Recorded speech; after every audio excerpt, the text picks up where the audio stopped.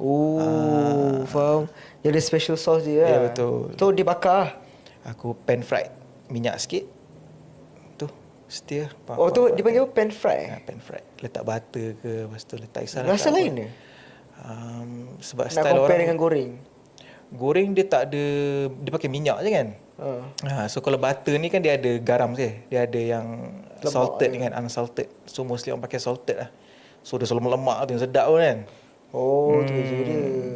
Lepas tu dia letak daun kan? Betul. Apa nama daun tu? Itu kadang-kadang dia letak dill ke, tak kisahlah, thyme. Tapi waktu kau belajar masak, dia orang cakap kalau western punya food, kalau nak sedap kena letak wine kan? Rasa dia macam mana? Itu jangan tanya. Aku tak pernah cuba. Tak pernah cuba pun benda tu. So maybe cara diorang, apa yang aku tahu, style Asia kita dengan orang putih memang lain.